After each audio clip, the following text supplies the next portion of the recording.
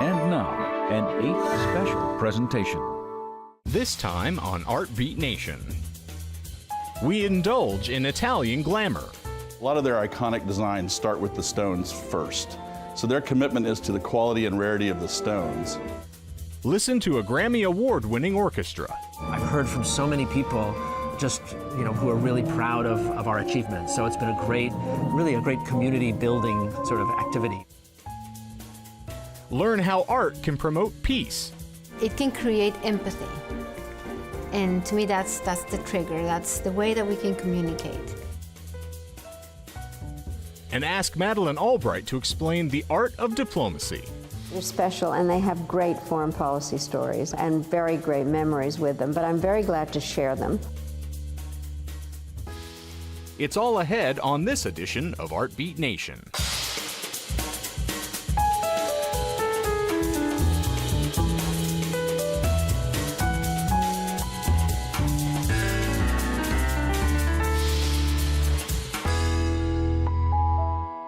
Funding for Art Beat Nation is made possible by donations to Curate, the Arizona PBS Arts and Culture Fund, and by contributions to 8 from viewers like you. Thank you. The Italian ideal of La Dolce Vita is present in full force at a new exhibit in Houston, Texas, celebrating 130 years of bold design by famed Italian jewelry house Bulgari. Take a look.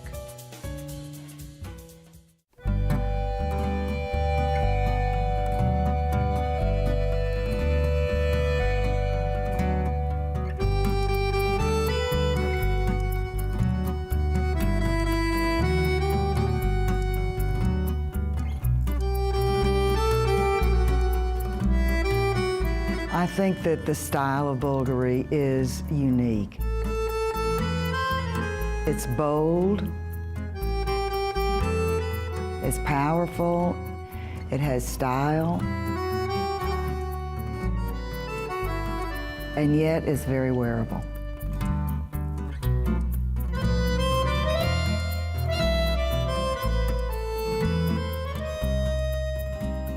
So the exhibition is called Bulgari, 130 Years of Masterpieces, because it's kind of a retrospective of the house and all the magnificent pieces that they've created really over the course of the last 3 centuries.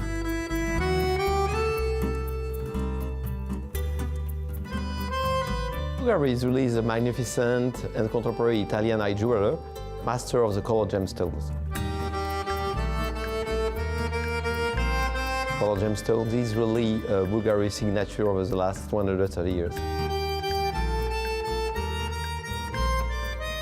Well, Bulgari was a great entrepreneurial story as it was founded in 1884 by Soteriou Bulgaris, who was a Greek silversmith who established in Roma, having felt that Roma would become a major city of the 20th century, and he immediately set up his stores.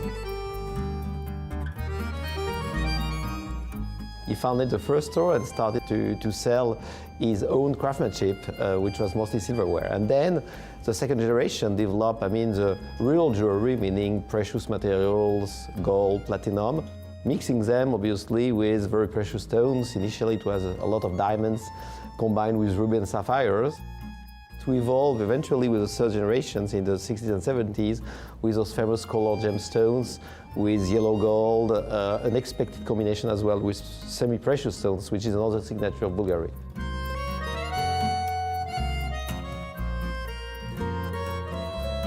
There's a lot of craftsmanship. It's really manual talent. It's starting obviously by putting stones together and trying to find a beautiful, unique combination. And then once you are clear on the stones you want to put together, you have to design a setting, and then the design is coming to display the stones. And then after you have to produce it. You have to fuse gold, platinum, which is very difficult because you have to go to very high temperature. And then the stone setting, which is one of the most delicate parts because according to your setting capabilities, the stone will be more or less glorified.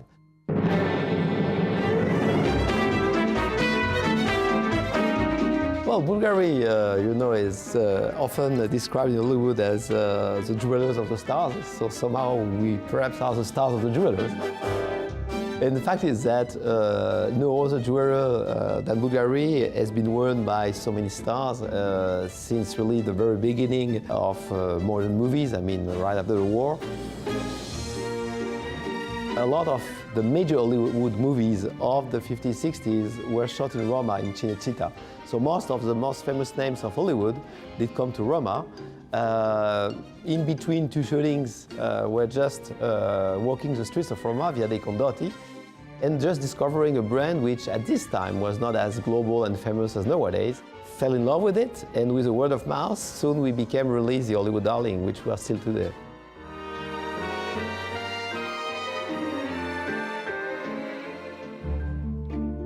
Our style, I mean, when compared to the French school of jewelry, is much bolder, much stronger, because Roma, like Houston, is big.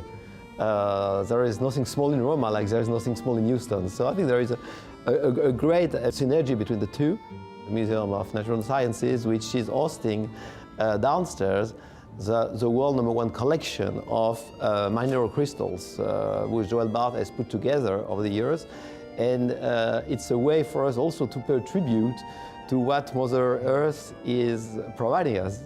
Those are those rough stones, which we Bulgari try, I mean, to further glorify, crafting them and glorifying them in a way that they are not stones only, but pieces of art, as we can see all around here. What I love about Bulgari is that a lot of their iconic designs start with the stones first.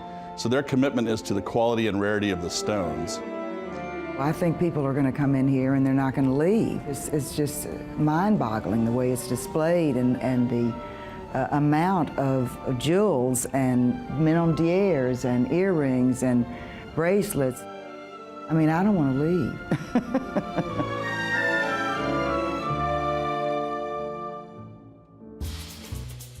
You can see more Bulgari treasures online at hmns.org. Up next, we go inside the Troy Savings Bank Music Hall as we chat with David Allen Miller, conductor of the recent Grammy Award-winning Albany Symphony Orchestra.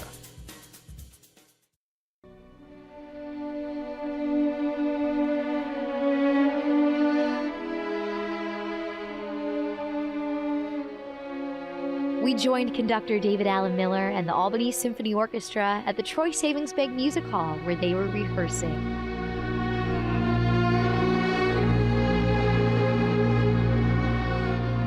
The hall is world-renowned for its stunning acoustics.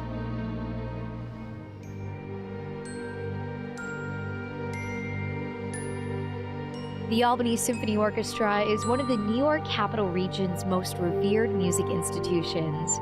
Its recording of John Corigliano's Conjurer at this hall garnered the orchestra its first ever Grammy Award.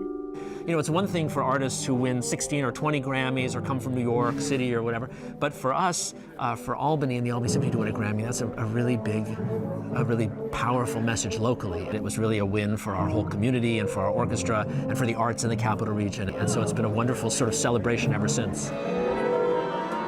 David Allen Miller has been the conductor of the Albany Symphony since June of 1992. He's established himself as one of the nation's foremost conductors whose vision and artistry have propelled the Albany Symphony into a new era. The Albany Symphony was already well known nationally as really the preeminent American orchestra in championing the music of our time, and specifically music by living American composers. And that was one of the things that really excited me the most about it and attracted me to it. And since I've come, we've only sort of expanded and developed that mission further. So we do a lot of not only commissioning and recording and performing music of our time and American music, but we're also very much involved in nurturing new generations of young composers. Every year we have what's called a mentor composer. So we invite a major American composer to come spend a significant amount of time with the orchestra each year, and we agree to play 2 of that composer's works and to record at least 1 of them. So one of the composers I immediately reached out to when we had that incredible opportunity arise was John Corigliano, who certainly is one of the most famous and celebrated of all American composers.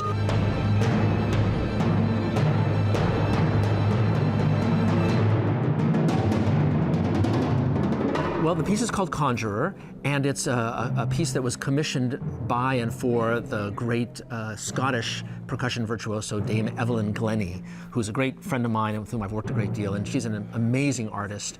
I guess it was about 4 years after the premiere, Evelyn and I and the Albany Symphony made the first ever recording of this incredibly creative, beautiful percussion concerto which John wrote for her.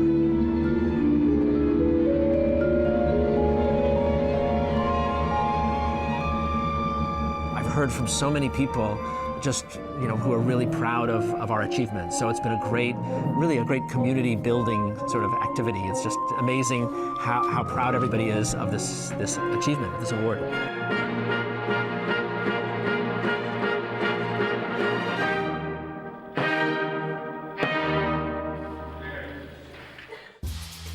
To see excerpts of the symphony's work, check out albanysymphony.com.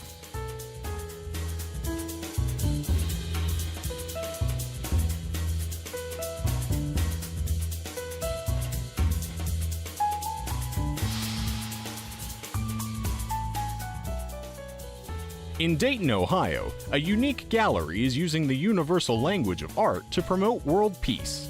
Join us now as we visit the Missing Piece Art Space. Home is where you are.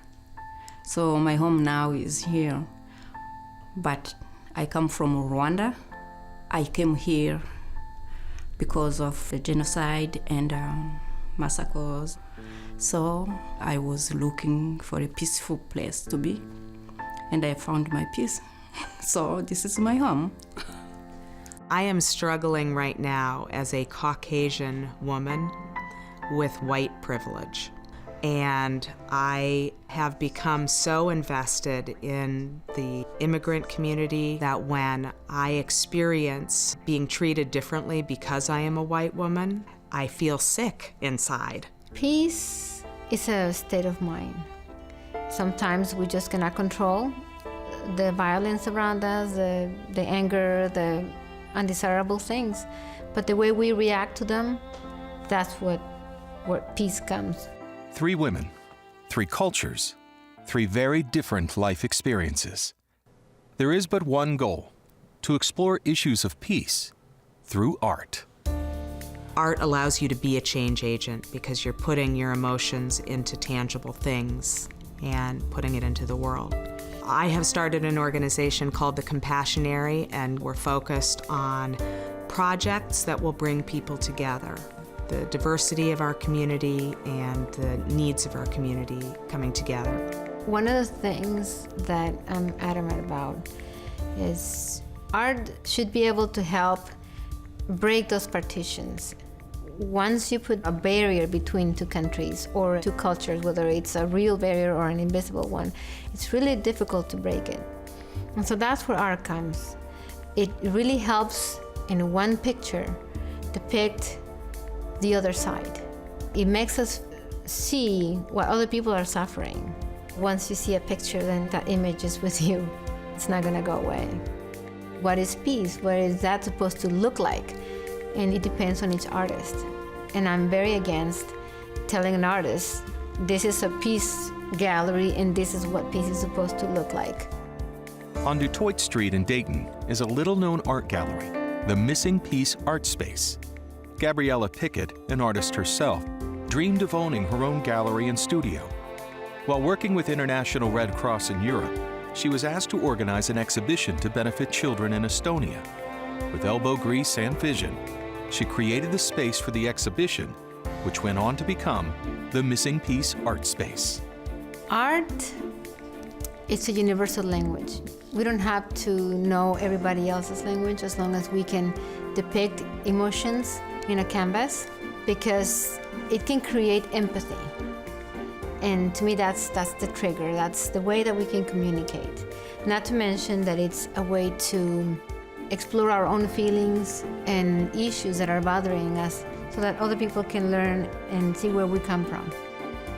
Gabriella and Jean are fostering empathy in Dayton's diverse communities through the Mexican tradition of Dia de los Muertos, which includes a parade and display of altars at Missing Piece Art Space. It's whimsical, it's joyful, it actually takes the morbid out of death and makes it strangely palatable.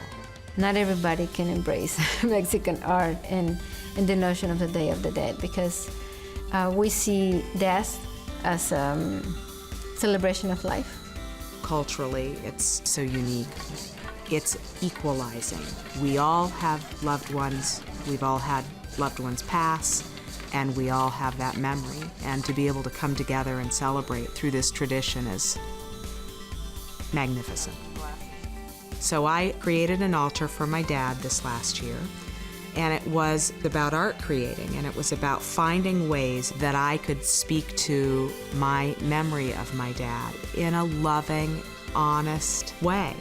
I resolved things through that process that I didn't know I had unresolved. In addition to curating the Missing Piece Art Space and organizing Dayton's Day of the Dead event, Gabriella has become the voice for immigrant reform in Dayton. It began with a knock on the door. Originally, I started working with refugees from Central Africa.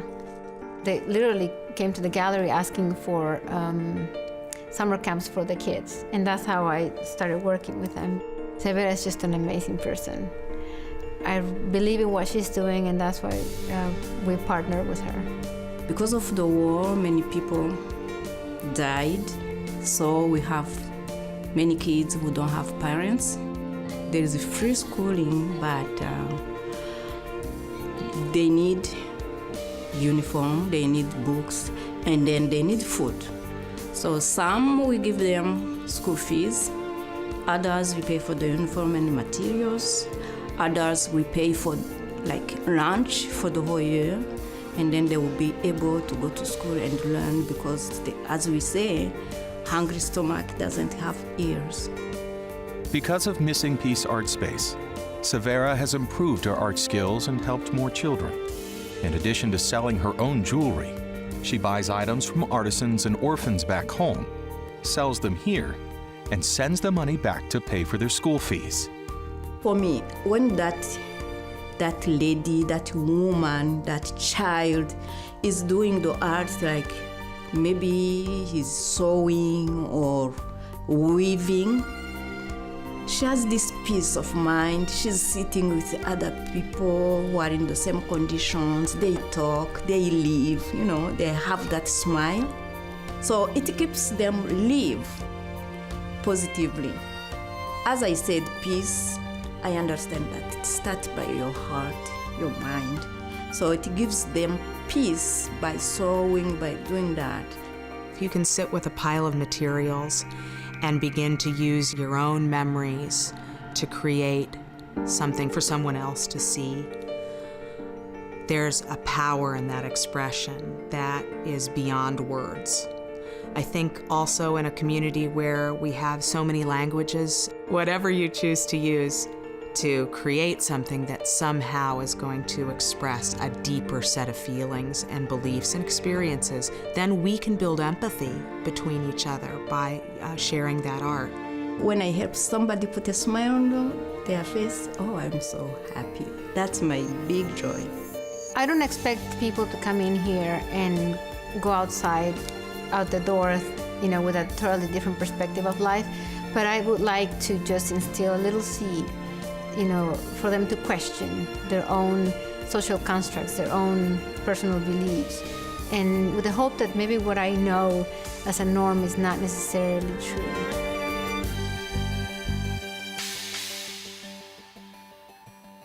To see more, visit missingpieceart.org. U.S. Secretary of State Madeleine Albright is well known for her diplomatic career, as well as her unique collection of pins. Now 200 of them are part of a traveling exhibit. In our final segment, we take a look at the historic collection. As UN ambassador, Madeleine Albright wasn't about to let the Iraqis calling her a serpent slide. My instructions were to make sure the sanctions stayed on, which meant that I had to keep repeating all the terrible things that Saddam Hussein had done. And I said terrible things about him, which he deserved. He'd invaded another country. So ultimately, there was a poem that appeared in the papers in Baghdad comparing me to many things, but among them an unparalleled serpent. And I happened to have a snake pin, so I wore it whenever we were talking about Iraq. With one pin, Albright, who ultimately became Secretary of State, discovered the accessory that would help her fashion a new art of diplomacy. She wore flowers, butterflies, and balloons on the good days, she says, and bugs for the bad days. Did you find it was changing dynamics at all? I think part of it, and I think people don't understand how much of diplomacy is really personal. And it's kind of an opening in some ways, and in some ways it's a closing if you have some message that you're delivering. More than 200 of Albright's now historic pins are on view at the Davis Museum at her alma mater, Wellesley College. The show is titled Read My Pins, the same counsel she offered press and colleagues trying to interpret her diplomatic stances. When Cuban fighter pilots shot down 2 unarmed civilian aircraft, she wore a bluebird, sadly sailing downward. She wore a stinging bee when meeting Yasser Arafat, and her hear no evil, speak no evil, see no evil monkeys with Vladimir Putin. One of the times it really did work was when I wore it in North Korea and had my picture taken with the then dear leader, Kim Jong-il, and I'm standing there next to him with this huge American flag. I think it was its own message. Among her most prized pins, a shattered glass ceiling, and this flower belonging to a woman who perished during Hurricane Katrina. It was given to Albright by the woman's son. Her favorite is the ceramic heart Albright's daughter made for her when she was 5. And she's especially fond of the eagle she purchased as an indulgence for her swearing in as Secretary of State. It's one of few pieces that is not costume jewelry. It's an antique pin, and I hadn't noticed about how difficult the clasp on it was. So I'm there with one hand on the Bible and one hand swearing allegiance to the Constitution of the United States, and I see this pin just kind of flapping around. And I know I swore allegiance, but I was also worried that it would fall on the Bible and screw up the whole ceremony. Albright says she struggled with the attention her pins attracted, and even in assembling the exhibition and its accompanying book. As the first female Secretary of State, she says, she was self-conscious about discussing her jewelry. I do think there always are questions. People don't ask men what they're wearing, but there really was this issue about, how long the skirt. In Condoleezza Rice's case once, she had on boots, and people kind of wondered what that meant. So there always are questions. But in the years her pins have now been traveling the country, Albright has been struck by how they've become gems for teaching diplomacy. She continues to collect. The ones she wore for our interview were for Wellesley and the Global Affairs Institute founded in her name. And yes, she does miss them. They're special, and they have great foreign policy stories and very great memories with them, but I'm very glad to share them. And I, of course, have started a new collection, and people have given me pins, and I call them my pity pins, because people feel sorry. They shouldn't, because Albright leaves us with a most decorated history. To see the traveling exhibit schedule, visit collections.madmuseum.org. For more arts and culture, visit azpbs.org/artbeat, where you'll find feature videos and information on the Arizona art scene.